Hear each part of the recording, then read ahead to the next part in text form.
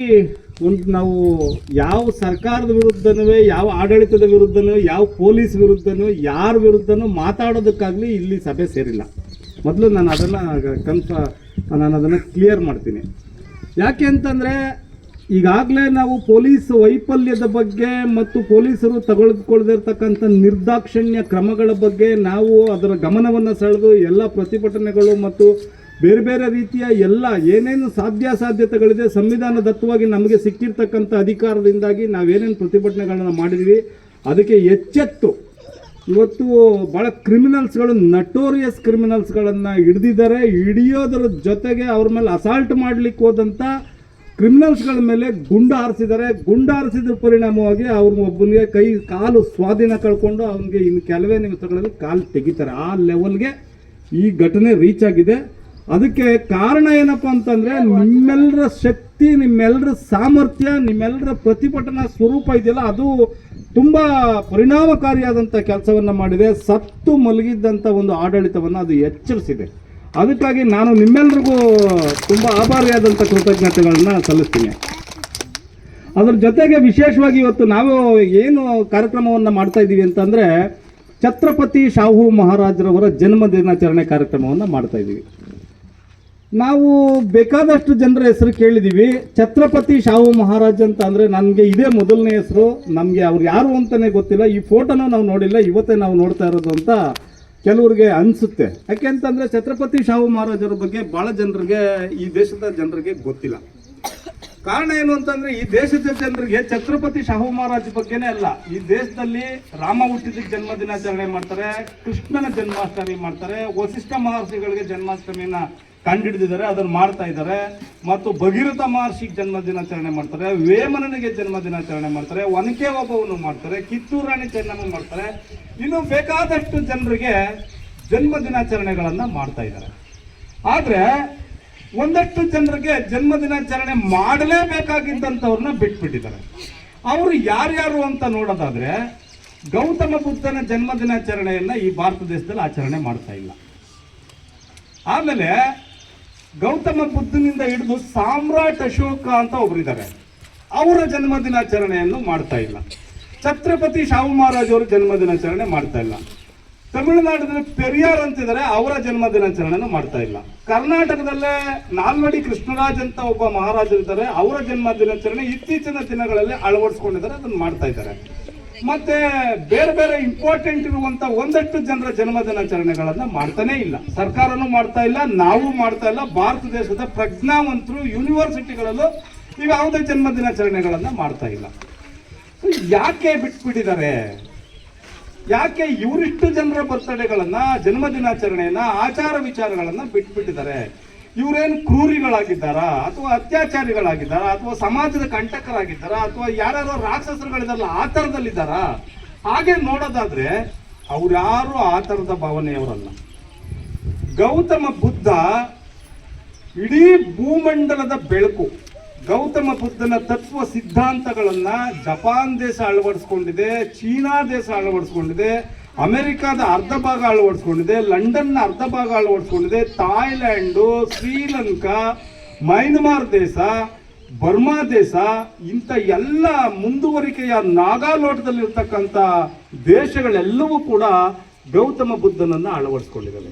ಯಾಕೆ ಅಂತಂದ್ರೆ ಗೌತಮ ಬುದ್ಧ ಒಬ್ಬನೇ ಜಾತಿಯನ್ನ, ಸ್ವರ್ಗ ನರಕಗಳನ್ನ, ದೇವರನ್ನ ಮತ್ತು ಮನುಷ್ಯರಲ್ಲಿ ಭೇದ ಭಾವಗಳನ್ನು ಸೃಷ್ಟಿಸ್ತಕ್ಕಂಥ ಒಂದು ಕೀಳರಿಮೆಗಳನ್ನ, ಜಾತಿ ಮತ ಪಂಥಗಳನ್ನ, ಹೆಂಗಸು ಗಂಡಸು ಅಂತಕ್ಕಂಥ ತಾರತಮ್ಯಗಳನ್ನ ಸೃಷ್ಟಿಸ್ತಕ್ಕಂಥ ಈ ಪುರೋಹಿತ ಶಾಹಿಯ, ಬ್ರಾಹ್ಮಣ ಶಾಹಿಯ ಎಲ್ಲ ರೀತಿಯ ಈ ಅಸಮಾನತೆಗಳನ್ನ ಅಳಿಸಾಕಕ್ಕೆ ಪ್ರಯತ್ನ ಮಾಡಿದಂಥವನು, ಅಳಿಸಾಕೋದಕ್ಕೆ ತನ್ನ ತತ್ವ ಸಿದ್ಧಾಂತವನ್ನ ನೀಡಿದಂಥವನು ಗೌತಮ ಬುದ್ಧ.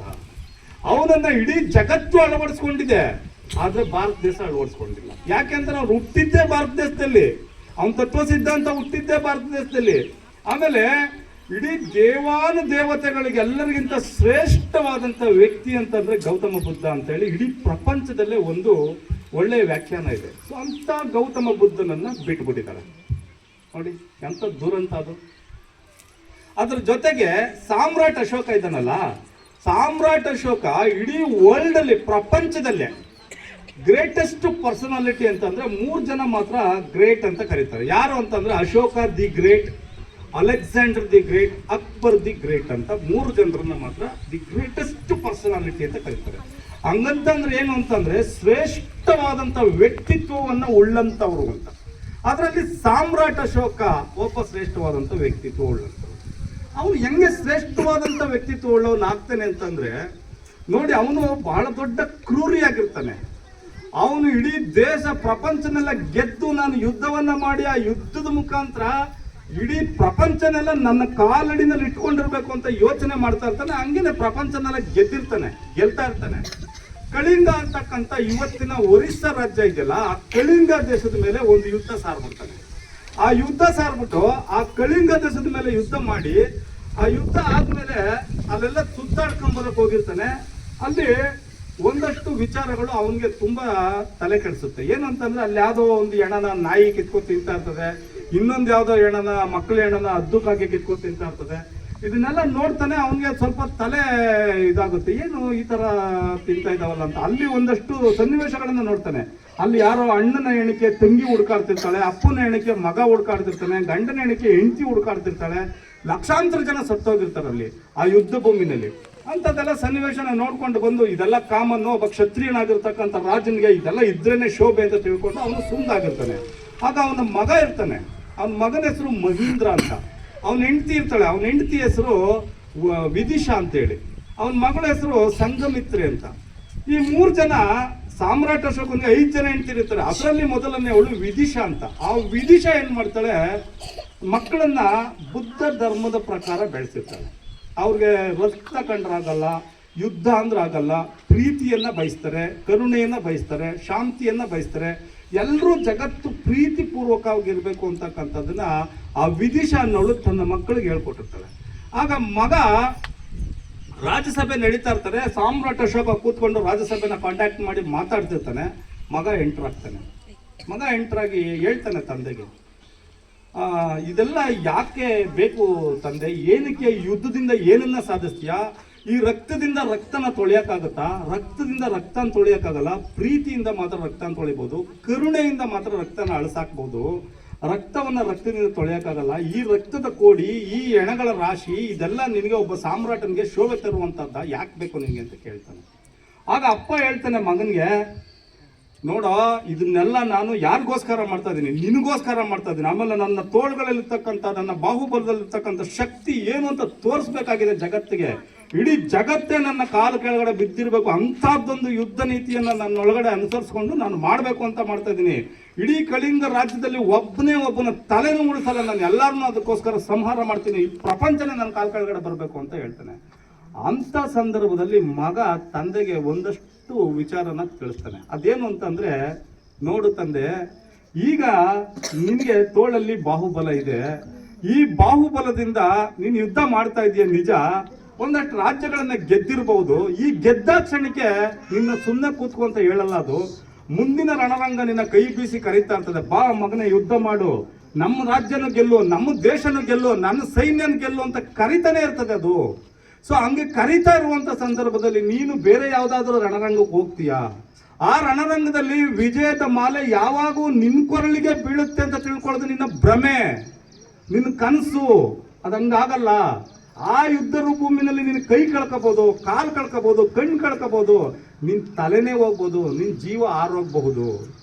ಯುದ್ಧ ಅನ್ನೋದು ಹಂಗೇನೆ. ಅದು ಯುದ್ಧ ರಕ್ತವನ್ನೇ ಬಯಸುತ್ತಾ ಹೊರತು, ಹಿಂಸೆಯನ್ನೇ ಬಯಸುತ್ತಾ ಹೊರತು ಬೇರೇನು ಬಯಸಲ್ಲ. ಸೊ ಇದನ್ನೆಲ್ಲ ಮಾಡೋದ್ರ ಬದಲು ಒಂದು ಜೀವನ ತೆಗೆದು ಬಿಟ್ಟಿದೆಯಲ್ಲ, ಅದೊಂದು ಜೀವನ ವಾಪಸ್ ಕೊಡು ನೋಡೋಣ ಅಂತೇಳಿ ಮಗ ತಂದೆಗೆ ಹೇಳ್ತಾನೆ. ಅದೇ ಸಂದರ್ಭಕ್ಕೆ ಒಬ್ಬ ಬೌದ್ಧ ಬಿಕ್ಕು ಅವನ ಮನೆಗೆ ಬಂದಿರ್ತಾನೆ. ಯಾಕೆ ಅಂತಂದ್ರೆ ಅವನು ಊಟ ಇಸ್ಕೊಂಡು ಹೋಗ್ಬೇಕಾಗಿರ್ತದೆ. ಅವನ ಮುಖದಲ್ಲಿ ತುಂಬಾ ಸುಂದರವಾದಂತ ಮುಗುಳುನಗೆ ಇರ್ತದೆ. ಸನ್ಯಾಸಿ ಅವನ ಮುಖದಲ್ಲಿ ತುಂಬಾ ಮುಗುಳುನಗೆ ಇರ್ತದೆ. ಈ ಸಾಮ್ರಾಟ್ ಅಶೋಕ ಯುದ್ಧ ಮಾಡಿಕೊಂಡು ಮತ್ತೆ ಬೇರೆ ಬೇರೆ ರೀತಿಯಲ್ಲಿ ಎಲ್ಲ ಮಾತಾಡ್ಕೊಂಡು ಇಲ್ಲದನ್ನೆಲ್ಲ ತಲೆ ಮೇಲೆ ಹಾಕೊಂಡು ಅವನ ಮುಖದಲ್ಲಿ ಶಾಂತಿ ಅನ್ನೋದು, ನಗು ಅನ್ನೋದು, ಮುಗುಳುನಗೆ ಅನ್ನೋದು ಕಾಣಿಸ್ತಾನೆ ಇರಲಿಲ್ಲ. ಅವನ ಮುಖನ ಅವನೇ ನೋಡ್ಕೊಳಕ್ ಅಸಹ್ಯ ಆಗ್ತಾ ಇರ್ತದೆ. ಆಗ ಆ ಸನ್ಯಾಸಿನ ನೋಡಿ, ಸನ್ಯಾಸಿ ನಿಂತ್ಕೊಳ್ಳ ಇಲ್ಲಿ ಅಂದ್ಬಿಟ್ಟು ಕೇಳ್ತಾನೆ ಸಾಮ್ರಾಟ, ಈ ಪ್ರಪಂಚಕ್ಕೆ ದೊಡ್ಡ ಸಾಮ್ರಾಟ ನಾನು. ನನ್ನ ಮುಖದಲ್ಲಿ ಇಲ್ಲದೆ ಇರ್ತಕ್ಕಂಥ ಮುಗುಳುನಗೆ ನಿನ್ನ ಮುಖದಲ್ಲಿದೆ, ನನ್ನ ಮನಸ್ಸಲ್ಲಿ ಇಲ್ಲದೆ ಇರ್ತಕ್ಕಂಥ ಶಾಂತಿ ನಿನ್ನ ಮನಸ್ಸಲ್ಲಿದೆ, ನನ್ನ ದೇಹದಲ್ಲಿ ಇಲ್ಲದೆ ಇರ್ತಕ್ಕಂಥ ಒಂದು ಕಾಂತಿ ನಿನ್ನ ದೇಹದಲ್ಲಿದೆಯಲ್ಲ, ಇದಕ್ಕೆ ಏನ್ ಕಾರಣ? ಏನಕ್ಕೆ ನೀನು ಹೆಂಗೆ ನೀನು ಇಷ್ಟೊಂದು ಸುಖಕರವಾಗಿ, ಒಬ್ಬ ಸನ್ಯಾಸಿ ನೀನು ಇಷ್ಟೊಂದು ಸುಖಕರವಾಗಿದೆಯಲ್ಲ ಹೆಂಗೆ ಅಂತ ಕೇಳ್ತಾನೆ. ಆಗ ಅವನು ಹೇಳ್ತಾನೆ, ನೋಡಿ ಸಾಮ್ರಾಟ್ರೆ, ನಾನು ಒಬ್ಬ ಸನ್ಯಾಸಿ ಆಗಿದ್ದೀನಿ, ಬುದ್ಧ ದೇವನ ಹೆಸರಲ್ಲಿ ಭಿಕ್ಷೆ ಬೇಡ್ತಾ ಇದ್ದೀನಿ.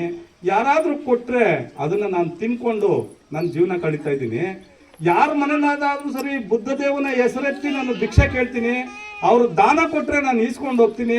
ನನ್ನಂಥವ್ರು ಬೇಕಾದಷ್ಟು ಜನ ಸನ್ಯಾಸಿ ಇದ್ದಾರೆ, ನಾನು ಒಬ್ಬನೇ ತಿನ್ನಲ್ಲ, ದಾನ ಕೊಟ್ಟಿದ್ದನ್ನ ಅವ್ರಿಗೂ ಹಂಚಿ ನಾನು ತಿಂದು ನಾನು ಈ ಥರ ಇದ್ದೀನಿ. ನನಗೆ ಈ ಜಗತ್ತಿನ ಜಂಜಡಗಳಾಗಲಿ, ಇನ್ನೊಂದು ರಾಜ್ಯನ ಗೆಲ್ಲಬೇಕು ಅಂತಕ್ಕಂಥ ಆಸೆ ಆಗಲಿ, ಚಿನ್ನ ತೊಟ್ಕೋಬೇಕು, ಆಸ್ತಿ ಮಾಡಬೇಕು, ಹಣ ಇಡಬೇಕು, ಸಾಮ್ರಾಜ್ಯ ಗೆಲ್ಲಬೇಕು ಅಂತಕ್ಕಂಥ ಆಕಾಂಕ್ಷೆಗಳಾಗಲಿ ನನ್ನಲ್ಲಿಲ್ಲ. ನಾನೇನಾದ್ರೂ ಬದುಕಿರ್ಬೇಕು ಅಂತಂದ್ರೆ ನನ್ಗೆ ಇವತ್ತೇನು ಸಿಗುತ್ತೆ ಇದರಲ್ಲಿ ನಾನು ಜೀವನ ಕಳೀತಾ ಇದ್ದೀನಿ. ಇದೇ ನನ್ನ ಜೀವನದ ವಿಚಾರ, ಇನ್ನೇನಿಲ್ಲ. ಆಮೇಲೆ ನನ್ನ ಮುಖದಲ್ಲಿರ್ತಕ್ಕಂಥ ಈ ಮುಗುಳುನಗೆ, ನನ್ನ ದೇಹದಲ್ಲಿರ್ತಕ್ಕಂಥ ಈ ಕಾಂತಿಗೆ ಮುಖ್ಯವಾದಂಥ ಕಾರಣ ಯಾರು ಅಂತಂದ್ರೆ ಗೌತಮ ಬುದ್ಧ. ಅವನೇ ನನಗಿದೆಲ್ಲ ಬೋಧಿಸಿರೋನು ಅಂತೇಳಿ ಹೇಳ್ತಾರೆ. ಅವನು ಯಾರು ಅಂತ ಕೇಳ್ತಾರೆ. ಅವನ ಬಗ್ಗೆ ನಾನು ನಿನಗೆ ಹೇಳುವಷ್ಟು ದೊಡ್ಡ ವ್ಯಕ್ತಿ ಅಲ್ಲ. ನಿಂಗೆ ಅವನ ಬಗ್ಗೆ ತಿಳ್ಕೋಬೇಕು ಅಂತಂದ್ರೆ, ಅವನ ಬಗ್ಗೆ ಆಸಕ್ತಿ ಇದೆ ಅಂತಂದ್ರೆ ನಮ್ಮ ದೊಡ್ಡವ್ರನ್ನ ಕರ್ಕೊಬರ್ತೀನಿ ನಾಳೆ ನೀನು ಬಯಸಿದ್ರೆ ಅಂತ ಹೇಳ್ತಾನೆ. ಆಗ ಅವ್ರು ದೊಡ್ಡವ್ರನ್ನ ಕರ್ಕೊಬರ್ತಾನೆ. ಕರ್ಕೊಬ ಅವ್ರನ್ನೆಲ್ಲ ಅಂತ ಹೇಳ್ತಾರೆ. ಅವ್ರ ಅರಮನೆಯಲ್ಲಿ ಊಟಕ್ಕೆಲ್ಲ ವ್ಯವಸ್ಥೆ ಮಾಡಿರ್ತಾರೆ, ಭಾರಿ ಭೋಜನಗಳನ್ನೆಲ್ಲ ಮಾಡಿರ್ತಾರೆ. ಅರಮನೆ ಎಲ್ಲ ಇವ್ರನ್ನ ಕರೆದಿರ್ತಾರೆ.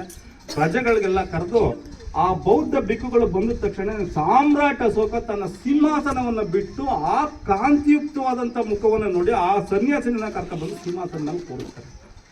ಆ ಸಿಂಹಾಸನದ ಮೇಲೆ ಕೂತ್ಕೊಂಡಂಥ ಬೌದ್ಧ ಬಿಕ್ಕು ಪ್ರಜೆಗಳೆಲ್ರಿಗೂ ಅವ್ರ ಕರ್ತವ್ಯಗಳೇನು, ರಾಜನಾದವನ ಕರ್ತವ್ಯಗಳೇನು, ಯುದ್ಧದಿಂದ ಏನಾಗುತ್ತೆ, ರಕ್ತದಿಂದ ಚೆಲ್ಲೋದ್ರಿಂದ ಏನಾಗುತ್ತೆ, ಆಸೆಯಿಂದ ಏನಾಗುತ್ತೆ, ದುಃಖದಿಂದ ಏನಾಗುತ್ತೆ, ವಯಸ್ಸು ಯಾಕಾಗುತ್ತೆ, ಹೊಟ್ಟೆ ಹಸಿವನ್ನ ವಯಸ್ಸನ್ನ ಯಾರೂ ಮುಂದೂಡಕ್ಕಾಗಲ್ಲ. ಅವ್ನು ಯಾರೇ ಇರಲಿ. ಈಗ ವ್ಯಕ್ತಿ ನಾನು ಎಷ್ಟೇ ಚೆನ್ನಾಗಿರ್ಬೋದು, ನನಗೆ 40 ವರ್ಷ ಆದ್ಮೇಲೆ ಕೂದಲು ಬಣ್ಣ ಬದಲಾಯಿಸುತ್ತೆ, ನನ್ನ ದೇಹ ತನ್ನಷ್ಟು ತಾನೇ ಶಕ್ತಿ ಕಳ್ಕೊಳ್ಳುತ್ತೆ, ಪ್ರತಿಯೊಂದೂ ಆಗುತ್ತೆ. ಆಮೇಲೆ ನಾನು ಎಷ್ಟೇ ಬುದ್ಧಿವಂತನಾಗಿರ್ಬೋದು, ನಾನು ಎಷ್ಟೇ ಶಕ್ತಿವಂತನಾಗಿರ್ಬೋದು, ಹೊಟ್ಟೆ ಹಸುವನ್ನ ಮುಂದಕ್ಕೆ ಹಾಕಕ್ಕಾಗತ್ತಾ? ನಾಳೆ ಊಟ ಮಾಡುವ ಅಂದ್ರೆ ಆಗುತ್ತಾ? ಹೊಟ್ಟೆ ಹಸು ಈಗಲೇ ಸೀತೆ, ಈಗಲೇ ತುಂಬಿಸ್ಕೋಬೇಕು. ಸೊ ಹಾಗಾಗಿ ಇವೆಲ್ಲ ವಿಚಾರಗಳನ್ನ ಸಾಮ್ರಾಟ ಅಶೋಕನಿಗೆ, ಅವನ ಪ್ರಜೆಗಳಿಗೆ, ಅವನ ಪ್ರಜಾ ಪರಿವಾರಕ್ಕೆ ಎಲ್ರಿಗೂ ತಿಳಿಸ್ತಾರೆ. ಎಲ್ರಿಗೂ ತಿಳಿಸಿ ಗೌತಮ ಬುದ್ಧ ಏನ್ ಹೇಳಿದ್ದಾರೆ, ಜಗತ್ತು ಅವರನ್ನ ಎನ್ಲೈಟನ್ಮೆಂಟ್ಗೆ ಯಾಕೆ ಒಪ್ಕೊಂಡಿದೆ, ಗೌತಮ ಬುದ್ಧ ಎಂತ ಶ್ರೇಷ್ಠ ವ್ಯಕ್ತಿ, ಈ ಭೂಮಂಡಲದ ಮೇಲೆ ಯುದ್ಧವನ್ನ ನಿಷೇಧ ಮಾಡದಂತವನು ಗೌತಮ ಬುದ್ಧ, ಅವನಿಗಿದ್ದಂತ ರಾಜ್ಯಾಧಿಕಾರವನ್ನ ತೊರೆದು ಪ್ರಜೆಗಳ ಅಭ್ಯುದಯಕ್ಕೋಸ್ಕರವೇ ಬದುಕಿದಂತವನು ಗೌತಮ ಬುದ್ಧ. ಎಲ್ಲ ವಿಚಾರವನ್ನ ಹೇಳ್ತಾರೆ. ಆಗ ಸಾಮ್ರಾಟ ಅಶೋಕನ್ಗೆ ತಾನು ಯುದ್ಧ ಮಾಡಿ ನಷ್ಟ ಆಗಿರ್ತಕ್ಕಂಥದ್ದು, ಜೀವ ಹೋಗಿರ್ತಕ್ಕಂಥದ್ದು, ಕೈಕಾಲುಗಳು ಕಳ್ಕೊಂಡಿರ್ತಕ್ಕಂಥದ್ದು, ಹೆಣಗಳ ರಾಶಿಗಳನ್ನ ನಾಯಿ ಹದ್ದುಗಳು ಕಿತ್ಕೊಂಡು ತಿಂತ ಇದ್ದದ್ದೆಲ್ಲ ನೋಡಿ ಅವನ ಯುದ್ಧ ನೀತಿಗೆ ಅವನ ಮೇಲೆ ಅಸಹ್ಯ ಉಟ್ಕೊಳ್ಳುತ್ತೆ. 1500 ವರ್ಷಗಳ ಹಿಂದೆ ಸತ್ವಾಗಿದ್ದಂತ ಬುದ್ಧನ ಒಂದು ಪ್ರಿನ್ಸಿಪಲ್ಸ್, ಒಂದು ತತ್ವ ಒಬ್ಬ ಸಾಮ್ರಾಟ ಅಶೋಕನನ್ನ ಬದಲಾವಣೆಗೊಳಿಸುತ್ತೆ. ಆ ಕೂಡಲೇ ಅವನ ಯುದ್ಧ ನೀತಿಗಳನ್ನೆಲ್ಲ ತೊರೆದು ಖಡ್ಗವನ್ನ ಬೌದ್ಧ ಬಿಕ್ಕುವನ್ನ ಪಾದದ ಮುಂದೆ ಇಟ್ಟು, ಇನ್ಯಾವತ್ತೂ ನಾನು ಯುದ್ಧ ಮಾಡಲ್ಲ ಪ್ರಪಂಚದಲ್ಲಿ, ಬದುಕಿರೋವರೆಗೆ ಬುದ್ಧನ ನೀತಿ, ಬುದ್ಧನ ಧಮ್ಮವನ್ನ ಸಾರ್ಕೊಂಡು ನಾನು ಲೈಫ್ನ ಮಾಡ್ತೀನಿ ಅಂತೇಳಿ ಅವನು ಖಡ್ಗನೆ ತೆಗೆದು ಅಲ್ಲಿ ಇಟ್ಬಿಟ್ಟು ಅವನು ರಾಜನ ಪದವಿನೇ ತ್ಯಜಿಸಿ ಬುದ್ಧ ಧರ್ಮಕ್ಕೆ ಸೇರ್ಕೊತಾನೆ. ಬುದ್ಧ ಧರ್ಮದ ಒಬ್ಬ ಬೌದ್ಧ ಬಿಕ್ಕುವಾಗಿ 84,000 ಬುದ್ಧ ವಿಹಾರಗಳನ್ನ ಇಡೀ ಭಾರತ ದೇಶದ ಉದ್ದಗಲಕ್ಕೂ ಕಟ್ತಾನೆ ಸಾಮ್ರಾಟ ಅಶೋಕ. ಅದ್ರ ಜೊತೆಗೆ ಇಡೀ ಭೂಮಂಡಲದಲ್ಲಿ ಮೊಟ್ಟ ಮೊದಲನೇ ಬಾರಿಗೆ ಪಶುಗಳಿಗೆ, ಪ್ರಾಣಿಗಳಿಗೆ, ಹಕ್ಕಿ ಪಕ್ಷಿಗಳಿಗೆ ಚಿಕಿತ್ಸೆ ಕೊಡುವಂತ ಪಶು ಚಿಕಿತ್ಸಾಲಯವನ್ನ ತೆಗೆದಿರ್ತಕ್ಕಂಥವ್ರು ಯಾರಾದ್ರೂ ಇದ್ದಾರೆ ಈ ಭೂಮಂಡಲದ ಮೇಲೆ ಸಾಮ್ರಾಟ ಅಶೋಕ ಅಲ್ವಾ?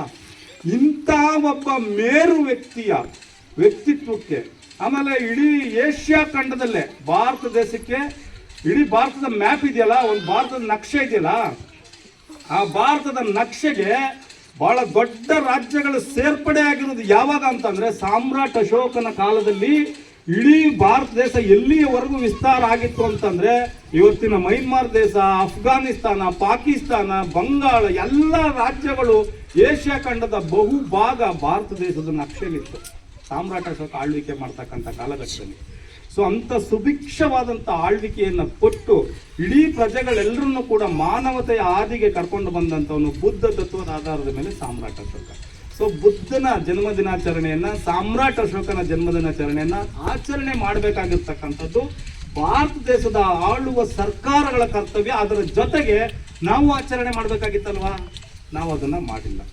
ಸೊ ಇವರಿಬ್ಬರದು ಹಿಂಗಾಗ್ಲಿ ಹೋಗ್ಲಿ. ಇದಾದ್ಮೇಲೆ ಮಹಾತ್ಮ ಜ್ಯೋತಿಬಾ ಫುಲೆ ಅಂತ ಒಬ್ರು ಇದ್ದಾರೆ. ಇವರು ನಮ್ಮ ಆನಂದಣ್ಣ ಹೇಳಿದ್ರಲ್ಲ, ಮಹಾತ್ಮ ಜ್ಯೋತಿಬಾ ಫುಲೆಯವರು ಈ ಭಾರತ ದೇಶದಲ್ಲಿ ಬ್ರಾಹ್ಮಣರು ಮಾತ್ರ ವಿದ್ಯೆ ಕಲಿಬೇಕಾಗಿತ್ತು, ಅದರ್ವೈಸ್ ಬೇರೆ ಯಾರು ವಿದ್ಯೆ ಕಲಿಯುವಂಗಿರ್ಲಿಲ್ಲ. ಅದಕ್ಕೆ ನಾನು ಒಂದು ಉದಾಹರಣೆ ಹೇಳ್ಬಿಡ್ತೀನಿ ನಿಮ್ಗೆ. ಇದೇನಣ್ಣ ಈ ಕಾಲದಲ್ಲಿ ಹಿಂಗೆ ಹೇಳ್ತಾ ಇದೆಯಾ ನೀನು ಅಂತಂದ್ರೆ, ನಾನೊಂದು ಉದಾಹರಣೆ ಹೇಳ್ಬಿಡ್ತೀನಿ. ಈ ಕಾಲದಲ್ಲಿ ನನಗೆ ನಮ್ಮ ಇಡೀ ಕುಟುಂಬದಲ್ಲಿ 4 ತಲೆಮಾರು ನಮ್ಮ ಅಪ್ಪನ್ಗೆ ವಿದ್ಯಾಭ್ಯಾಸ ಇಲ್ಲ. ನಮ್ಮ ಅಪ್ಪನ್ಗೆ ಇಲ್ಲ ಅಂತ ಅವ್ರ ಅಪ್ಪನ್ಗಿದ್ದದ, ಅವ್ರು ನಮ್ಮ ತಾತನ್ಗಿಲ್ಲ ಅಂತ ನೀನು ಅವ್ರ ಅಪ್ಪನ್ಗಿದ್ದದ. 4 ತಲೆಮಾರು ನಮ್ಮ ಇಡೀ ಕುಟುಂಬದಲ್ಲಿ ಯಾರಿಗೂ ಸಹ ಎಜುಕೇಶನ್ ಅಂತಕ್ಕಂಥದ್ದು ಇರಲಿಲ್ಲ, ವಿದ್ಯೆ ಅಂತಕ್ಕಂಥದ್ದು ಕಲಿಯಂಗಿಲ್ಲ. ವಿದ್ಯೆ ಕಲಿಯೋದನ್ನ ನಿಷೇಧಿಸ್ಬಿಟ್ಟಿದ್ರು. ವಿದ್ಯೆ ಕಲ್ತ್ರೆ ಅವ್ನ ನಾಲ್ಗೆ ಕತ್ತರಿಸಾಕಿ, ಕೇಳಿಸ್ಕೊಂಡ್ರೆ ಅವ್ನ ಕಿವಿಗೆ ಕಾದು ಕಬ್ಬು ಸೀಸ ಬಿಟ್ಟು ಕಿವುಡು ಮಾಡ್ಬಿಡಿ, ಕದ್ದು ವಿದ್ಯೆ ಕಲ್ತ್ರೆ ಅವನ್ನ ಶಿರಚ್ಛೇದನ ಮಾಡ್ಬಿಡಿ ಅಂತ ಹೇಳಿ ಅವನ್ನ ಕಾನೂನು ಮಾಡ್ಬಿಟ್ಟಿದ್ರು. ಈ ಕಾನೂನಿನ ಪರಿಣಾಮವಾಗಿ ನಮ್ಮ ಇಡೀ ಕುಟುಂಬದಲ್ಲಿ ಯಾರೂ ಓದಿಲ್ಲ. ಇದು ನನ್ನೊಬ್ಬನ ಕತೆ ಅಲ್ಲ, ಭಾರತ ದೇಶದಲ್ಲಿರ್ತಕ್ಕಂಥ ಪ್ರತಿಯೊಬ್ಬರ ಕತೆನೂ ಇದೇನೇ ಇರೋದು. ಅದು ಒಕ್ಕಲಿಗರಿರ್ಲಿ, ತಿಗಳಿರ್ಲಿ, ಬೆಸ್ತರಿರ್ಲಿ, ಸೇವಿಂಗ್ಸ್ ಆಫ್ ಮಾಡೋರಿರ್ಲಿ, ಯಾವುದೇ ಜಾತಿ ಜನ ಇರಲಿ, ಯಾರಿಗೂ ಕೂಡ ಎಜುಕೇಶನ್ ಸಿಸ್ಟಮ್ ಇರಲಿಲ್ಲ. ಈ ಎಜುಕೇಶನ್ ಸಿಸ್ಟಮ್ನ ಬ್ರಾಹ್ಮಣರ ಗುರುಕುಲಗಳಲ್ಲಿ ಅಡಗಿಸಿಟ್ಕೊಂಡ್ಬಿಟ್ಟಿದ್ರು. ಇದ್ರ ವಿರುದ್ಧ ಕ್ರಾಂತಿ ಮಾಡಿದವರು ಯಾರು ಅಂತಂದ್ರೆ ಜ್ಯೋತಿಬಾ ಫುಲೆ ಅವರು ಮತ್ತು ಸಾವಿತ್ರಿಬಾಯಿ ಫುಲೆ ಅವರು. ಸೊ ಜ್ಯೋತಿಬಾ ಫುಲೆ ಮತ್ತು ಸಾವಿತ್ರಿಬಾಯಿ ಫುಲೆ ಅವರು ಈ ವಿದ್ಯೆ ಅಂತಕ್ಕಂಥದ್ದನ್ನ ನಿಷೇಧ ಮಾಡಿದ್ರಲ್ಲ, ಈ ವಿದ್ಯೆ ನಿಷೇಧ ಮಾಡಿದ್ರಿಂದಾಗಿ ಬುದ್ಧಿ ನಾಶ ಆಗೋಗ್ಬಿಟ್ಟಿದೆ. ಬುದ್ಧಿ ಇಲ್ಲದೆ ಇರೋ ಕಾರಣಕ್ಕೋಸ್ಕರ ಕ್ರಿಯಾಶೀಲತೆ ಹಾಳಾಗೋಗಿದೆ. ಕ್ರಿಯಾಶೀಲತೆ ಇಲ್ಲದೆ ಇರೋದಕ್ಕೋಸ್ಕರ ಇವರು ನೀವೇನ್ ಕೆಲಸ ಹೇಳಿದ್ರು ಮಾಡಕ್ಕೆ ರೆಡಿ ಇದ್ದಾರೆ. ಈಗ ಒಂದು ಜಾತಿ ತಂದಲ್ಲಿ ನೀವು ಒಬ್ಬರು ಹೊಲ ಒಳಪ್ಪ ಅಂದ್ರೆ ಹೊಲ ಉಡ್ತಾರೆ, ತಿಗುಡ್ರು ತೋಟ ಆಗಿರ್ತಾರೆ, ಮೇದಾರ ಹಚ್ಚಕ್ಕೆತ್ತಾನೆ, ಕುರುಬರು ಕುರಿ ಮೇಯಿಸ್ತಾರೆ, ಯಾವ್ದವ್ರು ಎತ್ತು ಮೇಯಿಸ್ತಾರೆ, ಗಾಣದ್ರು ಎಣ್ಣೆ ತೆಗಿತಾರೆ, ಕುಂಬಾರ ಮಡಿಕೆ ಮಾಡ್ತಾನೆ, ಗೋಬಿಗಳೆಲ್ಲ ಕಲ್ಲು ಹೊಡೆದು ಅದು ಇದು ಮಾಡಿ ಕೆಲಸ ಮಾಡ್ತಾರೆ. ಈ ತರದ ಕೆಲಸ ಕಾರ್ಯಗಳನ್ನ ಇವ್ರಿಗೆಲ್ರಿಗೂ ಹಂಚಿಕೆ ಮಾಡಿರ್ತಕ್ಕಂಥದ್ದು ಮನುಧರ್ಮಶಾಸ್ತ್ರ ಮತ್ತು ಬ್ರಾಹ್ಮಿನಿಸಮ್ ಅಂತಕ್ಕಂಥ ಒಂದು ವಿಚಾರವನ್ನ ಮನಗಂಡು ಇವರೆಲ್ಲರೂ ಯಾಕೆ ಈ ರೀತಿ ಸ್ಲೇವರಿಸಮ್ ಮಾಡ್ತಾ ಇದ್ದಾರೆ ಅಂತ ಅಂದಾಗ ನೋಡಿದಾಗ ಅವ್ರ ತಲೆ ಒಳಗಡೆ ಎಜುಕೇಶನ್ ಇಲ್ಲ. ಸೊ ಈ ಎಜುಕೇಶನ್ ಅನ್ನ ನಾನು ಕೊಡಬೇಕು ಅಂತೇಳಿ ಎಜುಕೇಶನ್ ಕೊಡ್ಲಿಕ್ಕೆ ಪ್ರಾರಂಭ ಮಾಡಿದ್ರು. ಆ ಎಜುಕೇಶನ್ ಕೊಡಕ್ಕೆ ಪ್ರಾರಂಭ ಮಾಡಿದಂಥವ್ರಿಗೆ ಬಹಳ ಜನರಿಗೆ ಅವ್ರಿಗೆ ಚಪ್ಪಲಿ ಹೊಡೆದು, ಟೊಮೊಟೊದಲ್ಲಿ ಹೊಡೆದು, ಸಗಣಿ ಸುರಿದು, ಗಾಜ್ ಸುರಿದು ಅವ್ರನ್ನ ಎಜುಕೇಶನ್ನೇ ಕೊಡದೇ ಇದ್ದಂಗೆ ಬೇಕಾದಷ್ಟು ಕಾಟಗಳನ್ನ ಕೊಟ್ಟರು. ಆದ್ರೆ ಅದರೆಲ್ಲದರ ವಿರುದ್ಧವಾಗಿ ಜ್ಯೋತಿಬಾ ಫುಲೆ ಮತ್ತು ಸಾವಿತ್ರಿಬಾಯಿ ಫುಲೆ ಅವರು ತಮ್ಮ ಇಡೀ ಲೈಫನ್ನ ಸ್ಯಾಕ್ರಿಫೈಸ್ ಮಾಡಿ ಅಂತಂದ್ರೆ ತ್ಯಾಗ ಮಾಡಿ ನಮ್ಗೆಲ್ರಿಗೂ ಕೂಡ ವಿದ್ಯಾಭ್ಯಾಸವನ್ನ ಕೊಡಬೇಕು ಅಂತ ಒಂದು ಪ್ರಯತ್ನ ಮಾಡಿದ್ರು. ಅದರ ಫಲವಾಗಿ ಈ ಒಂದು ಸಮುದಾಯದಲ್ಲಿ ಮೊಟ್ಟ ಮೊದಲನೇದಾಗಿ ನನ್ನಂಥವ್ರು, ಈ ಆನಂದಣ್ಣನಂತವ್ರು, ಈ ಶಿವು ಅಂತವ್ರು, ನಮ್ಮ ಪೀಳಿಗೆಯವ್ರು ಮಾತ್ರ ಅಕ್ಷರ ಓದ್ತಕ್ಕಂಥ ಭಾಗ್ಯ ಪಡ್ಕೊಂಡು ಬಂದಿರೋದು. ನಿಮ್ಮ ಕಾಲೋನಿನಲ್ಲಿ ಈ ನಿಶಾನ್ ಅಂತ ಒಂದು ಹುಡುಗಿ ಬಿಟ್ರೆ ನೋಡಿ, ಇಲ್ಲಿ ಕೂತಿದ್ದಾಳಲ್ಲ ಈ ಹುಡುಗಿ ಬಿಟ್ರೆ ಇನ್ಯಾರು ಓದ್ತಿದ್ದಾರೆ? ಯಾರಿಗೆ ಓದಕ್ಕೆ ಶಕ್ತಿ ಇದೆ? ಯಾಕಂತಂದ್ರೆ ಓದಕ್ಕೆ ಶಕ್ತಿ ಇಲ್ಲ ಅಂತಲ್ಲ, ಅವಕಾಶ ಇಲ್ಲ ಅಂತಲ್ಲ, ಆದ್ರೆ ಅವಕಾಶ ಇದ್ದದನ್ನ ಕೊಡದೇ ಇದ್ದಂಗೆ ಮಾಡ್ಬಿಟ್ಟಿದ್ರು. ಸೊ ಯಾಕೆ ಅಂತಂದ್ರೆ ಅವರ ನಾಲ್ಗೆನ ಕತ್ತರಿಸಾಕ್ಬೇಕು ಅಂತ ಕಾನೂನು ಮಾಡ್ಬಿಡ್ರಲ್ಲ, ಈ ನಾಲ್ಗೆ ಕತ್ತರಿಸಾಕ್ಬೇಕು ಅಂತ ಕಾನೂನಿಗೆ ವಿರುದ್ಧವಾಗಿ ಈ ಅಸ್ಪೃಶ್ಯರ ಮಕ್ಕಳ ನಾಲ್ಗೆ ಮೇಲೆ ಅಕ್ಷರ ಬರೆದಂಥವ್ರು ಮಹಾತ್ಮ ಜ್ಯೋತಿಬಾ ಫುಲೆ ಅವರು ಮತ್ತು ಸಾವಿತ್ರಿಬಾಯಿ ಫುಲೆ ಅವರು. ಚಪ್ಪಾಳೆ ಹೊಡಿಬೇಕಲ್ವಾ? ಈ ಮಹಾತ್ಮ ಜ್ಯೋತಿಬಾ ಫುಲೆ ಅವರ ಜನ್ಮ ದಿನಾಚರಣೆಯನ್ನ ಸರ್ಕಾರ ಮಾಡಬೇಕು, ನಾವಲ್ಲ, ಜನಗಳು ಮಾಡಬೇಕು. ಆದ್ರೆ ಜನ ಮಾಡೋದಕ್ಕೆ, ಸರ್ಕಾರ ಮಾಡೋದಕ್ಕೆ ಆಗಿಲ್ಲ. ಕಾರಣ ಏನು ಅಂತಂದ್ರೆ ಅವ್ರ ಬಗ್ಗೆ ನಮ್ಗೆ ಅವೇರ್ನೆಸ್ ಇಲ್ವಲ್ಲ. ನಮ್ಗೆ ಅವೇರ್ನೆಸ್ ಇರೋದು ಯಾರ ಬಗ್ಗೆ? ರಾಮನ ಬಗ್ಗೆ, ಕೃಷ್ಣನ ಬಗ್ಗೆ, ಜಗದ್ಗುರುಗಳ ಬಗ್ಗೆ, ಮತ್ತೆ ಬೇರೆ ಬೇರೆಯವ್ರ ಬಗ್ಗೆ, ಸೀತಾಮಾತೆ ಬಗ್ಗೆ, ಇಂಥವ್ರ ಬಗ್ಗೆ ನಮ್ಗೆ ಅವೇರ್ನೆಸ್ ಇದೆ. ಆದ್ರೆ ನಮಗೋಸ್ಕರ ತ್ಯಾಗ ಮಾಡಿರ್ತಕ್ಕಂಥ, ನಮಗೋಸ್ಕರ ಬದುಕನ್ನೇ ಕಳ್ಕೊಂಡಿರ್ತಕ್ಕಂಥ, ನಮಗೋಸ್ಕರ ಇಡೀ ಲೈಫನ್ನೇ ಸ್ಯಾಕ್ರಿಫೈಸ್ ಮಾಡಿರ್ತಕ್ಕಂಥ ಇಂಥ ಮಹನೀಯರ ಬಗ್ಗೆ ನಮಗೆ ಗೊತ್ತಿರಲಿಲ್ಲ. ಸೊ ಅದರಿಂದಾಗಿ ಜ್ಯೋತಿಬಾ ಫುಲೆ ಅವರ ಜನ್ಮ ದಿನಾಚರಣೆಯನ್ನು ಸಾವಿತ್ರಿಬಾಯಿ ಫುಲೆ ಅವರ ಜನ್ಮದಿನಾಚರಣೆಯನ್ನು ಈ ದೇಶದ ಚರಿತ್ರೆ ಪುಟಗಳಿಂದ ತೆಗೆದುಹಾಕ್ಬಿಟ್ಟಿದ್ರು. ಅದನ್ನ ನಾವು ಅಧ್ಯಯನ ಮಾಡಿ ಇದು ರಾಂಗ್ ಆಗಿದೆ, ಈ ಜ್ಯೋತಿಬಾ ಫುಲೆ ಅವರ ಜನ್ಮದಿನ ಎಲ್ಲ ಕಾಲೋನಿಗಳಲ್ಲಿ ನಡಿಬೇಕಾಗಿದೆ ಅಂತೇಳಿ ಕಳೆದ 30 ವರ್ಷಗಳಿಂದ ನಾವು ಈ ಹೋರಾಟವನ್ನ ಮಾಡ್ಕೊಂಡು ಬಂದಿದ್ರು. ಪರಿಣಾಮವಾಗಿ ಇದಕ್ಕಾಗಿ ಹಲವಾರು ಪುಸ್ತಕಗಳನ್ನ ಬರೆದು ಪ್ರಕಟಿಸಿದ್ರಿಂದಾಗಿ, ಹಿಂಗೆ ನಿಮ್ಮಂತ ಜನರಿಗೆ ಈ ವಿಚಾರ ತಿಳಿಸಿದ್ರಿಂದಾಗಿ ಇಲ್ಲ ಜ್ಯೋತಿಬಾ ಫುಲೆ ಅವ್ರ ಜನ್ಮದಿನಾಚರಣೆ, ಸಾವಿತ್ರಿಬಾಯಿ ಫುಲೆ ಜನ್ಮದಿನಾಚರಣೆ ಮಾಡಬೇಕು ಅಂತ ಅಂದಾಗ ಸರ್ಕಾರ ಕಳೆದ 3 ವರ್ಷಗಳಿಂದ 2018ರಿಂದ ಸಾವಿತ್ರಿಬಾಯಿ ಫುಲೆ ಜನ್ಮದಿನಾಚರಣೆ ಜನವರಿ 3 ನಮ್ಮ ಒತ್ತಾಯದ ಮೇರೆಗೆ ಸರ್ಕಾರದ ಆಚರಣೆಯಲ್ಲಿ ತರಬೇಕು ಅಂತೇಳಿ ಆಚರಣೆಗೆ ತಂದಿದ್ದಾರೆ. ಸೊ ಇದೇ ರೀತಿ ಛತ್ರಪತಿ ಶಾಹು ಮಹಾರಾಜ್ ಅವರು ಇದ್ದಾರಲ್ಲ, ಇವರು ಮಹಾರಾಷ್ಟ್ರ ರಾಜ್ಯದಲ್ಲಿ ಸತಾರಾ ಜಿಲ್ಲೆಯ ಒಂದು ಕೊಲ್ಲಾಪುರ ಅಂತಕ್ಕಂಥ ಸಂಸ್ಥಾನದಲ್ಲಿ ಆಳ್ವಿಕೆ ಮಾಡ್ತಾ ಇದ್ದಂತ ಕುಣಬಿ ಮರಾಠ ಜಾತಿಗೆ ಸೇರಿದಂತ ಒಬ್ಬ ಮಹಾರಾಜ. ಸೊ ಈ ಮಹಾರಾಜರು ಒಂದ್ಸಲ ಏನಾಗುತ್ತೆ, ಈ ಮಹಾರಾಜರು ಅಧಿಕಾರ ಸ್ವೀಕಾರ ಮಾಡ್ತಕ್ಕಂಥ ಸಂದರ್ಭದಲ್ಲಿ ಅವ್ರಿಗೆ ಮಂತ್ರ ಹೇಳ್ಬೇಕಾಗಿರುತ್ತೆ. ಆ ಮಂತ್ರ ಹೇಳ್ಬೇಕಾಗಿರ್ತದಲ್ಲ, ಅರಮನೆಯಿಂದ ಸಂಬಳ ಕೊಡ್ತಾ ಇರ್ತಾರೆ. ಸಂಬಳ ತಗೊಂಡಂತ ಅರ್ಚಕರು ಇದಾರಲ್ಲ, ಪೂಜಾರಪ್ಪ ಇದಾರಲ್ಲ, ಅವರು ಇವ್ರಿಗೆ ಮಂತ್ರ ಹೇಳ್ತಕ್ಕಂಥ ಸಂದರ್ಭದಲ್ಲಿ ಪುರೋಹಿತರು ಏನ್ ಮಾಡ್ತಾರೆ, ಇವನು ನಾಶ ಆಗೋಗ, ಇವನ್ ರಾಜ್ಯ ಎಲ್ಲ ಎಕ್ಕುಂಟಾಗ, ಇವನು ಹಾಳಾಗೋಗ ಅಂತೇಳಿ ಮಂತ್ರ ಹೇಳ್ತಾ ಇರ್ತಾನೆ. ಇದನ್ನ ಕೇಳಿಸ್ಕೊಂಡಂತ ಮಹಾರಾಜರು ಬಂದು ಕೇಳ್ತಾರೆ, ಪೂಜಾರಪ್ಪ ನಿನಗೆ ಸಂಬಳ ಕೊಡ್ತಾ ಇರ್ತಕ್ಕಂಥದ್ದು ಅರಮನೆ, ನೀನು ನನ್ನ ಪರವಾದಂತ ಮಂತ್ರ ಹೇಳಬೇಕು, ನೀನ್ ಯಾಕೆ ನನ್ನ ವಿರುದ್ಧವಾದಂತ ಮಂತ್ರ ಹೇಳ್ತಾ ಇದೆಯಲ್ಲ ಅಂತ ಕೇಳ್ತಾರೆ. ಆಗ ಛತ್ರಪತಿ ಶಾಹು ಮಹಾರಾಜ್ ಅವ್ರಿಗೆ ಆ ಅರ್ಚಕರು ಏನ್ ಹೇಳ್ತಾರೆ ಅಂತ ಅಂದ್ರೆ, ನೋಡ್ರಿ ನೀನೊಬ್ಬ ಶೂದ್ರ, ನೀನೊಬ್ಬ ಹಿಂದುಳಿದ ಜಾತಿಗೆ ಸೇರಿದವನು, ನೀನ್ ಆಳ್ವಿಕೆ ಮಾಡ್ತಕ್ಕಂಥ ದೇಶದಲ್ಲಿ ಎಲ್ಲ ನಾಶ ಆಗೋಗುತ್ತೆ, ನೀನ್ ಏನೇ ಮಾಡಿದ್ರು, ನೀನ್ ಎಷ್ಟೇ ದೊಡ್ಡವನಾಗಿದ್ರು, ನೀನ್ ರಾಜ ಅಲ್ಲ, ನೀನ್ ಮಹಾರಾಜನೇ ಆಗಿದ್ರು, ನಾನು ನಿನಗೆ ಮಂತ್ರ ಹೇಳಲ್ಲ, ನಾನು ಇದನ್ನೇ ಹೇಳೋದು ಅಂತ ಹೇಳ್ತಾರೆ. ಆಗೇನ್ ಮಾಡ್ತಾರೆ ಮಹಾರಾಜರು, ಇಡೀ ರಾಜ್ಯಸಭೆನ ಕರೆದು ಯಾರು ಪ್ರಧಾನ ಅರ್ಚಕರಿದ್ದಾರೆ ಅವ್ರನ್ನೆಲ್ಲಾರನ್ನು ಕರೆದು ಇವ್ನು ಹಿಂಗ್ ಮಾಡಿದಾನೆ ಅಂತ ಕೇಳಿದಾಗ ಅವರು ಅದನ್ನೇ ಹೇಳ್ತಾರೆ. ಬಾಲಗಂಗಾಧರನಾಥ ತಿಲಕ್ ಅವರು ಸಹ ಬ್ರಾಹ್ಮಣ ಪೂಜಾರಿಗಳ ಪರವಾಗಿ ನಿಂತ್ಕೊಂಡು ಅದನ್ನೇ ಮಾತಾಡ್ತಾರೆ. ಆಗೇನ್ ಮಾಡ್ತಾರೆ, ಛತ್ರಪತಿ ಶಾಹು ಮಹಾರಾಜ್ ಅವರು ಅವ್ರಿಗೆ ಕೊಡ್ತಾ ಇರ್ತಕ್ಕಂಥ ಎಲ್ಲಾ ದತ್ತಿಗಳನ್ನು ನಿಲ್ಲಿಸ್ತಾರೆ. ಇನ್ನು ಮುಂದೆ ನನ್ನ ರಾಜ್ಯದಲ್ಲಿ ಈ ಬ್ರಾಹ್ಮಣ ಪೂಜಾರಿಗಳ ಅಗತ್ಯ ಮತ್ತು ಅವಶ್ಯಕತೆ ಇಲ್ಲ ಅಂತೇಳಿ ಎಲ್ಲರನ್ನು ಕೆಲಸ ತೆಗೆದಾಕ್ಬಿಡ್ತಾರೆ. ಎಲ್ಲರನ್ನು ಕೆಲಸ ತೆಗೆದಾಕ್ಬಿಟ್ಟಾಗ ಇಡೀ ಭಾರತ ದೇಶದಲ್ಲಿರ್ತಕ್ಕಂಥ ಬ್ರಾಹ್ಮಣರು ಎಲ್ಲರೂ ಸೇರ್ಕೊಂಡು ಮತ್ತೆ ಈ ತಮಿಳುನಾಡಿನಿಂದ ಕಂಚಿ ಮಠ ಇದೆಯಲ್ಲ, ಆ ಕಂಚಿ ಮಠದಿಂದ ಸ್ವಾಮೀಜಿಗಳೆಲ್ಲ ಮಹಾರಾಷ್ಟ್ರಕ್ಕೆ ಹೋಗ್ತಾರೆ, ಮಹಾರಾಷ್ಟ್ರಕ್ಕೆ ಹೋಗ್ತಾರೆ. ಮಹಾರಾಷ್ಟ್ರಕ್ಕೆ ಹೋಗಿ, ಮಹಾರಾಜ ನೀನು ಈ ರೀತಿ SC ST ಗಳಿಗೆಲ್ಲ ಮೀಸಲಾತಿ ಕೊಟ್ಟು ಈ ಬ್ರಾಹ್ಮಣರನ್ನೆಲ್ಲ ಕೆಲಸದಿಂದ ತೆಗೆದಾಕ್ಬಿಟ್ಟಿದ್ಯಾ, ಇದ್ರ ಪರಿಣಾಮ ಏನಾಗುತ್ತೆ ಅಂತ ಗೊತ್ತಾ, ಯಾಕೆ ಹಿಂಗ್ ಮಾಡಿದ್ಯಾ ಅಂತ ಕೇಳ್ತಾರೆ.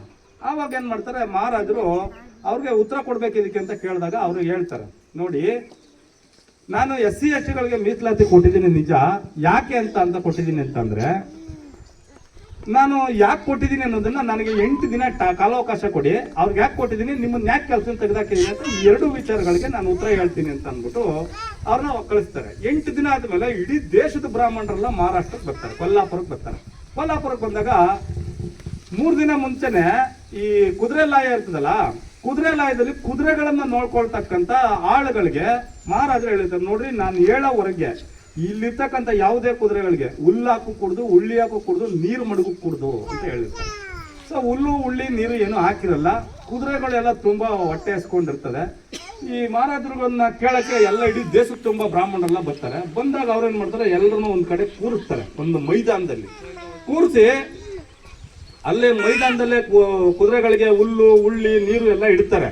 ಇಟ್ಬಿಟ್ಟಾದ್ಮೇಲೆ ಕುದುರೆಗಳನ್ನೆಲ್ಲ ಬಿಚ್ಚಿ ಬಿಡ್ರಿ ಅಂತಾರೆ. ಬಿಚ್ಚಿ ಬಿಡ್ರಿ ಅಂದ ತಕ್ಷಣ ಕುದುರೆಗಳೆಲ್ಲ ಬಂದು ಮೇವುಗೆ ಬಾಯಿ ಹಾಕ್ಬಿಡ್ತವೆ. ಬಲಾಢ್ಯ ಕುದುರೆಗಳು ಮಾತ್ರ ಬಂದು ಮೇವು ಬಾಯಿ ಹಾಕ್ತವೆ. ಬಲಹೀನ ಕುದುರೆಗಳವಲ್ಲ, ಮೇವಿನ ಹತ್ರಕ್ಕೆ ಬರೋಕ್ಕಾಗಲ್ಲ, ನೀರಿನ ಹತ್ರಕ್ಕೆ ಹೋಗಕ್ಕಾಗಲ್ಲ, ಅವು ಚೆನ್ನಾಗಿ ಹೊಟ್ಟೆಸ್ಕೊಂಡಿರ್ತಲ್ಲ, ಒದ್ದು ಇವನ್ನೆಲ್ಲ ಆಚೆಗೆ ಹಾಕ್ಬಿಡ್ತಾರೆ. ಆಗ ಮಹಾರಾಜರು ಒಂದು ಪ್ರಶ್ನೆ ಕೇಳ್ತಾರೆ, ನೋಡಿ ಈ ನನ್ನ ಸಾಮ್ರಾಜ್ಯದಲ್ಲಿರ್ತಕ್ಕಂಥ ಮೇವು, ಉಳ್ಳಿ, ಹುಲ್ಲು, ನೀರು ಎಲ್ಲಾ ಕುದುರೆಗಳಿಗೂ ಸಮಾನಾಂತರವಾಗಿ ಸಿಗಬೇಕು ಅಂತ ಹೇಳಿ ನಾನು ಮುಕ್ತವಾಗಿ ಫ್ರೀಯಾಗಿ ಈ ಮೈದಾನದಲ್ಲಿ ನಾನು ಹಾಕಿದ್ದೀನಿ. ಆದ್ರೆ ಬಲಾಢ್ಯ ಕುದುರೆಗಳು ಮಾತ್ರ ಮೇವು ಮೇಯ್ಕತ್ತವೆ, ಈ ಬಲಹೀನ ಕುದುರೆಗಳು ಅವ್ರ ಹತ್ರಕ್ಕೂ ಹೋಯ್ತಲ್ವಲ್ಲ, ಏನ್ ಮಾಡೋದು ಅಂತ ಕೇಳ್ತಾರೆ. ಆಗ ಅವರೆಲ್ಲ ಸೇರ್ಕೊಂಡು ಈ ಮಹಾರಾಜರಿಗೆ ಬೈತಾರೆ, ಶಾಹು ಮಹಾರಾಜರಿಗೆ, ನೀನ್ ದಡ್ಡ ಅಂತ ಅನ್ನೋದು ಅದಕ್ಕೆ ಕಣಯ್ಯ, ನೀನ್ ಶೂದ್ರ ಅನ್ನೋದು ಅದಕ್ಕೆ ಕಣಯ್ಯ, ನಿನ್ ತಲೆಯಲ್ಲಿ ಬುದ್ಧಿನೇ ಇಲ್ಲ ಅನ್ನೋದು ಅದಕ್ಕೆ ಕಣಯ್ಯ, ನೀನೇನ್ ಮಾಡ್ಬೇಕು ಗೊತ್ತಾ, ಎಲ್ಲಾ ಕುದುರೆಗಳನ್ನು ಕಟ್ಟಾಕೊಡ್ಬೇಕು, ಬಲಾಢ್ಯ ಕುದುರೆಗಳಿಗೆ ಸ್ವಲ್ಪ ಹಾಕ್ಬೇಕು, ಬಲಹೀನ ಕುದುರೆಗಳಿಗೆ ಸ್ವಲ್ಪ ಜಾಸ್ತಿ ಹಾಕ್ಬೇಕು, ಯಾಕಂದ್ರೆ ಇವನು ಅದ್ರ ಸಮ ಬೆಳಿಬೇಕಲ್ಲ, ಹಂಗ್ ಮಾಡ್ಬೇಕು ನೀನು ಅಂತ ಹೇಳ್ತಾರೆ. ಆಗ ಮಹಾರಾಜರು ಹೇಳ್ತಾರೆ ಹೌದು ಕರೆಕ್ಟ್ ಅದು. ನಾನು ಇವಾಗ ಅದನ್ನೇ ಮಾಡಿರೋದು. 106 ವರ್ಷಗಳ ಕಾಲದಿಂದ ನೀನೂ ದೇವಸ್ಥಾನದ ಪೂಜಾರಿ, ನಿಮ್ಮ ತಾತನೂ ದೇವಸ್ಥಾನದ ಪೂಜಾರಿ, ನಿಮ್ಮ ಅಪ್ಪನೂ ದೇವಸ್ಥಾನದ ಪೂಜಾರಿ, ಈ ಜಾಗೇರಿಗಳೆಲ್ಲ ನಿಮ್ಗೆ ಕೊಟ್ಟಿದ್ದೀನಿ ನಾನು, ನಮ್ಮ ತಾತನೂ ನಿಮ್ಗೆ ಕೊಟ್ಟವನೆ ನೋಡಿ. ಪಾಪ ಇವ್ರಿಗೇನು ಕೊಟ್ಟಿಲ್ಲ ನಾನು. ಶೋಷಿತ ಸಮಾಜದ ಬಂಧುಗಳಿಗೆ ಏನು ಕೊಡಲ್ಲ. ಇವ್ರು ವಿದ್ಯೆನೂ ಇಲ್ಲ, ಆಸ್ತಿನೂ ಇಲ್ಲ, ಅಧಿಕಾರನೂ ಇಲ್ಲ, ಕೂಲಿಗೆ ಹಾಕೊಂಡು ತಿಂತಾ ಇದ್ದಾರೆ. ಆದ್ರೆ 106 ವರ್ಷಗಳ ಕಾಲದಿಂದ ಧಾರ್ಮಿಕ ದತ್ತಿ ಹೆಸರಲ್ಲಿ ಸಾವಿರಾರು ಕೋಟಿ ರೂಪಾಯಿಗಳನ್ನ ಒಡ್ಕೊಂಡು ತಿಂದಿರ್ತಕ್ಕಂಥವ್ರು ನೀವು. ಅದಕ್ಕೆ ನಿಮ್ಮನ್ನ ಕಟ್ಟಾಕಿದ್ದೀನಿ, SC STಗಳಿಗೆ ಮೀಸಲಾತಿಯನ್ನ ಕೊಟ್ಟಿದ್ದೀನಿ. ಸೊ ಈ ಮೀಸಲಾತಿಯ ಪರಿಣಾಮವಾಗಿ ಅವ್ರನ್ನೂ ನಿಮ್ ಸರಿಸಮಾನಕ್ಕೆ ಬಂದಾಗ ನಾನು ನಿಲ್ಲಿಸ್ಬಿಡ್ತೀನಿ ಇದನ್ನ. ಅದಕ್ಕೆ ನಾನು ಅವರೆಲ್ಲರೂ SC STಗಳಿಗೆ OBCಗಳಿಗೆ ನಾನು ಮೀಸಲಾತಿಯನ್ನ ಜಾರಿಗೆ ತಂದಿದ್ದೀನಿ ಅಂತೇಳಿ 1902 ಜುಲೈ 26ನೇ ತಾರೀಕು ಈ ಭಾರತ ದೇಶದಲ್ಲಿ ಬ್ರಿಟಿಷ್ ಸರ್ಕಾರಕ್ಕಿಂತ ಮುಂಚಿತವಾಗಿ, ಸಂವಿಧಾನಕ್ಕಿಂತ ಮುಂಚಿತವಾಗಿ ಛತ್ರಪತಿ ಶಾಹು ಮಹಾರಾಜರವರು 50% ಮೀಸಲಾತಿಯನ್ನ SC STಗಳಿಗೆ, ಇನ್ನ 50% ಮೀಸಲಾತಿಯನ್ನ ಹಿಂದುಳಿದ ಜಾತಿಗಳಿರ್ತಕ್ಕಂಥ ಲಿಂಗಾಯತರಾದಿಯಾಗಿ ಎಲ್ಲಾ ಜಾತಿ ಜನಗಳಿಗೂ ಮೀಸಲಾತಿಯನ್ನ ಕೊಟ್ಟಂತವ್ರು ಛತ್ರಪತಿ ಶಾಹು ಮಹಾರಾಜ್ ಅವರು. ಅದರ ಪರಿಣಾಮವಾಗಿ ಇವತ್ತೇನಾದ್ರೂ ನಮ್ಗೊಂದಷ್ಟು ಸರ್ಕಾರಿ ಕೆಲಸಗಳಿದೆ ನಮ್ಮ ಮಕ್ಕಳಿಗೆ ಅಂತ ಅಂದ್ರೆ ಅದು ಶಾಹು ಮಹಾರಾಜ್ ಅವರು ಕೊಟ್ಟಿರ್ತಕ್ಕಂಥದ್ದು. ಮತ್ತೆ ಅಂಬೇಡ್ಕರ್ ಅವರು ಇದ್ರಲ್ಲ, ಅಂಬೇಡ್ಕರ್ ಅವ್ರಿಗೆ ಕಿತ್ಕೊಂಡು ತಿನ್ನುವಂತ ಬಡತನ ಇದ್ರು, ಚೆನ್ನಾಗಿ ಓದ್ತಾ ಇದ್ರಲ್ಲ ಅಂಬೇಡ್ಕರ್ ಅವರು. ಅವರ ಬುದ್ಧಿ ಮತ್ತು ಕೌಶಲ್ಯವನ್ನ ಅವತ್ತಿನ ಕಾಲದಲ್ಲಿ ಪರಿಗಣಿಸಿ ಅಂಬೇಡ್ಕರ್ ಅವರು ಕೊಲಂಬಿಯಾ ಯೂನಿವರ್ಸಿಟಿಗೆ ಹೋಗಿ ಓದ್ಲಿಕ್ಕೆ ಮತ್ತು ಅಮೆರಿಕದ ಹಲವಾರು ಯೂನಿವರ್ಸಿಟಿಗಳಿಗೆ ಹೋಗಿ ಓದ್ಲಿಕ್ಕೆ ತನ್ನ ಸಂಸ್ಥಾನದಿಂದ ಸ್ಕಾಲರ್ಶಿಪ್ ಗ್ರಾಂಟ್ ಮಾಡಿದಂಥವ್ರು ಛತ್ರಪತಿ ಶಾಹು ಮಹಾರಾಜ್ ಅವರು. ಅಂಬೇಡ್ಕರ್ ಅವ್ರನ್ನ ಜಗತ್ತಿನ ಪರಿಚಯ ಮಾಡಿದಂಥವ್ರು ಛತ್ರಪತಿ ಶಾಹು ಮಹಾರಾಜ್ ಅವರು. ಸೊ ಈ ಎಲ್ಲಾ ಕಾರಣಗಳಿಂದಾಗಿ ಅಂಬೇಡ್ಕರ್ಗೆ ಸಹಾಯ ಮಾಡಿದ್ದಾರೆ ಅನ್ನೋ ಕಾರಣಕ್ಕಾಗಿ ಛತ್ರಪತಿ ಶಾಹು ಮಹಾರಾಜ್ ಅವ್ರನ್ನ, ಮಹಾತ್ಮ ಫುಲೆಯವ್ರನ್ನ, ಸಾಮ್ರಾಟ್ ಅಶೋಕ್ ಅವ್ರನ್ನ, ಮತ್ತೆ ಗೌತಮ ಬುದ್ಧ ಅವ್ರನ್ನ, ಇವರೆಲ್ಲರನ್ನು ಕೂಡ ಇವರು ಹಿಂದುಳಿದ ಜಾತಿಯ ಜನರೊಳಗಡೆ ಅಡಗೋಗಿದ್ದಂತ ಪ್ರಜ್ಞೆಯನ್ನ ಮೂಡಿಸ್ಲಿಕ್ಕೆ ಕೆಲಸ ಮಾಡಿದ್ದಾರೆ ಅನ್ನೋ ಕಾರಣಕ್ಕೋಸ್ಕರ ಇಂಥ ಮಹಾನ್ ನಾಯಕರ ಚರಿತ್ರೆಯ ಪುಟಗಳನ್ನ ನಾಶ ಮಾಡಿಬಿಟ್ಟಿದ್ದಾರೆ. ಈ ಚರಿತ್ರೆಯ ಕಾಲ ಗರ್ಭದಲ್ಲಿ ಅವ್ರನ್ನ ತುಳಿದು ಬಿಟ್ಟಿದ್ದಾರೆ ಕೆಸರಿಗೆ. ಸೊ ಆ ಕೆಸರಿಂದ ಅವ್ರನ್ನ ಮೇಲೆ ಕೆತ್ತಬೇಕಾಗಿರ್ತಕ್ಕಂಥದ್ದು ನಮ್ಮೆಲ್ಲರ ಕರ್ತವ್ಯ, ನಮ್ಮೆಲ್ಲರ ಆದ್ಯ ಕರ್ತವ್ಯ ಅದು. ಸೊ ಅದಕ್ಕಾಗಿ ಈಗ ಇಲ್ಲಿ ಕೂತಿರ್ತಕ್ಕಂಥ ಎಲ್ಲ ನಮ್ಮ ತಾಯಂದಿರಿಗೆ 60 ವರ್ಷ 70 ವರ್ಷ ವಯಸ್ಸಾಗ್ಬಿಟ್ಟಿದೆ. ಇಂಥವ್ರು ಇಂಥ ಕೆಸರಿನಾಳದಿಂದ ಇಂಥ ಮಹಾತ್ಮರನ್ನ ತಗೊಂಡ್ ಬರಕ್ಕಾಗಲ್ಲ. ಆದ್ರೆ ನಿಮ್ಮ ಹತ್ರ ಕೂತಿದಾರಲ್ಲ ಈ ಮಕ್ಕಳುಗಳು, ಇವ್ರ ಅಧ್ಯಯನಶೀಲತೆಯಿಂದ, ಇವ್ರ ವೈಚಾರಿಕತೆನ ತಿಳ್ಕೊಳ್ಳೋದ್ರಿಂದ, ಮತ್ತೆ ಇವ್ರ ಬಗ್ಗೆ ಸ್ಟಡಿ ಮಾಡೋದ್ರಿಂದ ಇವೆಲ್ಲವನ್ನ ಚರಿತ್ರೆಯ ಪುಟಗಳಲ್ಲಿ ದಾಖಲಿಸಬಹುದು. ಈ ಚರಿತ್ರೆಯ ಪುಟಗಳಲ್ಲಿ ದಾಖಲಿಸಕ್ಕೆ ಅದಕ್ಕೊಂದು ಹೋರಾಟವನ್ನ ರೂಪಿಸಬಹುದು. ಸೊ ಆ ಎಲ್ಲ ಕಾರಣಗಳಿಂದಾಗಿ ಇಂಥ ಮಹನೀಯರ ಹೋರಾಟಗಳನ್ನ, ಆದರ್ಶಗಳನ್ನ, ಇವರ ಗುಣಾತ್ಮಕವಾದಂಥ ನಡವಳಿಕೆಗಳನ್ನ ನಾವು ಎಲ್ಲರೂ ಕೂಡ ಇಂಥ ಅವ್ರ ಹುಟ್ಟಿದಬ್ಬದ ದಿನದಂದು ನಾವೆಲ್ಲರೂ ನೆನೆಸ್ಕೊಳ್ಬೇಕಾಗಿರ್ತಕ್ಕಂಥದ್ದು ನಮ್ಮ ಆದ್ಯ ಕರ್ತವ್ಯ. ಇದೇ ಸಂದರ್ಭದಲ್ಲಿ ಛತ್ರಪತಿ ಶಾಹು ಮಹಾರಾಜ್ ಅವ್ರನ್ನ ನಾವು ಊರಲ್ಲಿ ದಸರಾ ಮಾಡ್ತಾ ಇದೀವಿ ಮೈಸೂರು ಪ್ರಾಂತದಲ್ಲಿ, ಇದು ಜಗದ್ವಿಖ್ಯಾತವಾದದ್ದು. ನೀವು ಈ ದಸರಾ ಕಾರ್ಯಕ್ರಮಕ್ಕೆ ಬರಬೇಕು ಅಂತ ಹೇಳಿ ಇಲ್ಲಿಂದ ನಾಲ್ವಡಿ ಕೃಷ್ಣರಾಜ ಒಡೆಯರ್ ಅವರು ಅವ್ರಿಗೊಂದು ಪತ್ರ ಬರೆದಿರ್ತಾರೆ, ನೀವು ಬರಬೇಕು ಸ್ವಾಮಿ ಮೈಸೂರಿಗೆ ಅಂತ. ಆಗ ಅವ್ರೇನ್ ಮಾಡ್ತಾರೆ, ಬರಕ್ ಆಗ್ತಿರಲಿಲ್ಲ. ಅವರು ಒಂದು ಓಲೆ ಕೊಟ್ಟು ಕಳಿಸ್ತಾರೆ ಅಲ್ಲಿಂದ. ಏನಂತ ಓಲೆ ಕೊಟ್ಟು ಕಳಿಸ್ತಾರೆ ಅಂದ್ರೆ, ನೋಡಿ ನೀವು ಹಿಂದುಳಿದ ಜಾತಿಯ ಗೊಲ್ಲರಿಗೆ ಸಂಬಂಧಪಟ್ಟಂತ ಮಹಾರಾಜರು ಮೈಸೂರು ಸಂಸ್ಥಾನವನ್ನು ಆಳ್ವಿಕೆ ಮಾಡ್ತಾ ಇದ್ದಾರೆ ಅಂತ ನಂಗೆ ತಿಳಿದು ಬಂದಿದೆ. ನನ್ನ ಕೊಲ್ಲಾಪುರ ಸಂಸ್ಥಾನದಲ್ಲಿದ್ದಂಥ ಈ ಅಸಮಾನತೆಯನ್ನು ತೊಡೆದಾಕೋದಕ್ಕೆ ನಾನು SC STಗಳಿಗೆ, OBCಗಳಿಗೆ, ಹಿಂದುಳಿದ ಜಾತಿಗಳಿಗೆ ಮೀಸಲಾತಿಯನ್ನು ಕಲ್ಪಿಸಿಕೊಟ್ಟಿದ್ದೀನಿ. ಆದರೆ ಕೊಲ್ಲಾಪುರ ಅಂತಂದ್ರೆ ಇಡೀ ಭಾರತ ದೇಶ ಅಲ್ಲ, ಅದೊಂದು ಸಂಸ್ಥಾನ ಅಷ್ಟೇನೆ. ಇದನ್ನ ಸಾಧ್ಯವಾದ್ರೆ ನಿಮ್ಮ ಸಂಸ್ಥಾನದಲ್ಲೂ ಮಾಡಿ ಅಂತ ಅಂದ್ಬಿಟ್ಟು ಮೈಸೂರಿಗೆ ಒಂದು ಪತ್ರ ಬರೆದಿರ್ತಾರೆ. ಇವರ ಪತ್ರದಿಂದ ಇನ್ಫ್ಲೂಯೆನ್ಸ್ ಆದಂತ ನಾಲ್ವಡಿ ಕೃಷ್ಣರಾಜ ಒಡೆಯರ್ ಅವರು ಮೊಟ್ಟ ಮೊದಲನೇ ಬಾರಿಗೆ ಕರ್ನಾಟಕ ರಾಜ್ಯದಲ್ಲಿ 75% ಮೀಸಲಾತಿಯನ್ನ SC STಗಳಿಗೆ, ಹಿಂದುಳಿದ ಜಾತಿಗಳಿಗೆ ಕೊಡ್ತಾರೆ. ಇಂಥ ಮಹಾರಾಜರುಗಳನ್ನ ಸರ್ಕಾರ ಆಚರಣೆಗೆ ತರದೇನೆ, ನಮ್ಮೆಲ್ರಿಗೂ ತಿಳಿಸ್ದೇನೆ ಮುಚ್ಚಿಟ್ಟಿರ್ತಕ್ಕಂಥದ್ದು ದ್ರೋಹ ಅಲ್ವಾ, ಅನ್ಯಾಯ ಅಲ್ವಾ? ಇಂಥ ಮಹಾರಾಜರನ್ನ ನೆನೆಸ್ಕೊಳ್ಬೇಕಾಗಿರ್ತಕ್ಕಂಥದ್ದು ನಮ್ಮ ಕರ್ತವ್ಯ, ನಮ್ಮ ಆದ್ಯ ಕರ್ತವ್ಯ. ಸೊ ಆ ಕಾರಣಕ್ಕಾಗಿ ಇಂಥ ಒಂದು ಕಾರ್ಯಕ್ರಮವನ್ನ ಈ ಊರಲ್ಲಿ ನಾವು ಮಾಡೋಣ ಅಂತ ಹೇಳ್ಬಿಟ್ಟು ಒಂದಷ್ಟು ವಿಚಾರಗಳ ಚರ್ಚೆ ಆಗಲಿ ಅಂದ್ಬಿಟ್ಟು ನಾನು ತಮ್ಮೆಲ್ಲರಿಗೂ ಮಾತಾಡಿದಾಗ, ಇಲ್ಲ ಸರ್ ಇದನ್ನ ಮಾಡೋಣ ಅಂತ ಹೇಳಿ ನಮ್ಮ ಶಿವ ಅವರು, ಆನಂದಣ್ಣವರು, ಮತ್ತೆ ಸತೀಶ್ ಅವರು, ಮತ್ತೆ ಬೇರೆ ಬೇರೆ ಯೂತ್ಸ್ ಎಲ್ಲ ಹೇಳಿದ್ರು, ಇಲ್ಲ ಸರ್ ಇದನ್ನ ಮಾಡೋಣ ಅಂತ ಅಂದ್ಬಿಟ್ಟು. ಸೊ ಆ ಕಾರಣಕ್ಕಾಗಿ ನಾನು ಈ ವಿಚಾರವನ್ನ ನಾನು ತಮ್ಮೆಲ್ಲರ ಮುಂದೆ ಹಂಚ್ಕೊಳ್ಳೋಣ ಅಂತ ಬಂದಿದ್ದೀವಿ. ಯಾಕೆ ಅಂತಂದ್ರೆ ವಿಚಾರಗಳಿಗೆ ಜಗತ್ತನ್ನಾಳ್ತಕ್ಕಂಥ ಶಕ್ತಿ ಇರುತ್ತೆ. ಜಗತ್ತನ್ನಾಳೋದು ಬಂದೂಕದಿಂದ ಆಗಲ್ಲ, ಶಕ್ತಿಯಿಂದ ಆಗಲ್ಲ, ತೋಳಬಲದಿಂದ ಆಗಲ್ಲ. ವಿಚಾರಗಳು ಮಾತ್ರ ಜಗತ್ತನ್ನಾಳುತ್ತೆ. ಅದಕ್ಕೆ ನಿಮ್ಗೊಂದಷ್ಟು ವಿಚಾರವನ್ನ ನಾವು ಚರ್ಚೆ ಮಾಡೋಣ ಅನ್ನೋ ಕಾರಣಕ್ಕೆ ಇವ್ರು ಬಂದಿದ್ವಿ. ಅದರಿಂದಾಗಿ ಈ ಕಾರ್ಯಕ್ರಮದಲ್ಲಿ ಭಾಗವಹಿಸಿ ನಮ್ಮನ್ನು ಕೂಡ ಊರಿಗೆ ಬರ್ಮಾಡ್ಕೊಂಡು ಇಂಥ ಕಾರ್ಯಕ್ರಮದಲ್ಲಿ ಭಾಗವಹಿಸಿ ನಮ್ಮೆಲ್ಲರ ವಿಚಾರಗಳನ್ನ ಚರ್ಚೆ ಮಾಡ್ಲಿಕ್ಕೆ ಅವಕಾಶ ಮಾಡಿಕೊಟ್ಟಂತ ತಮಗೆ ಮತ್ತು ಇಲ್ಲಿ ಕೂತಿರ್ತಕ್ಕಂಥ ಎಲ್ಲರಿಗೆ ಮತ್ತು ಈ ದೇವಸ್ಥಾನದ ಆಡಳಿತ ಮಂಡಳಿಯವರಿಗೆ, ಗ್ರಾಮಸ್ಥರೆಲ್ಲರಿಗೂ ಕೂಡ ನಾನು ಶುಭವಾಗಲಿ ಅಂತ ಹಾರೈಸಿ ನನ್ನ ಮಾತನ್ನು ಮುಗಿಸ್ತೀನಿ. ಜೈ ಭೀಮ್, ಜೈ ಛತ್ರಪತಿ ಶಾಹು ಮಹಾರಾಜ್.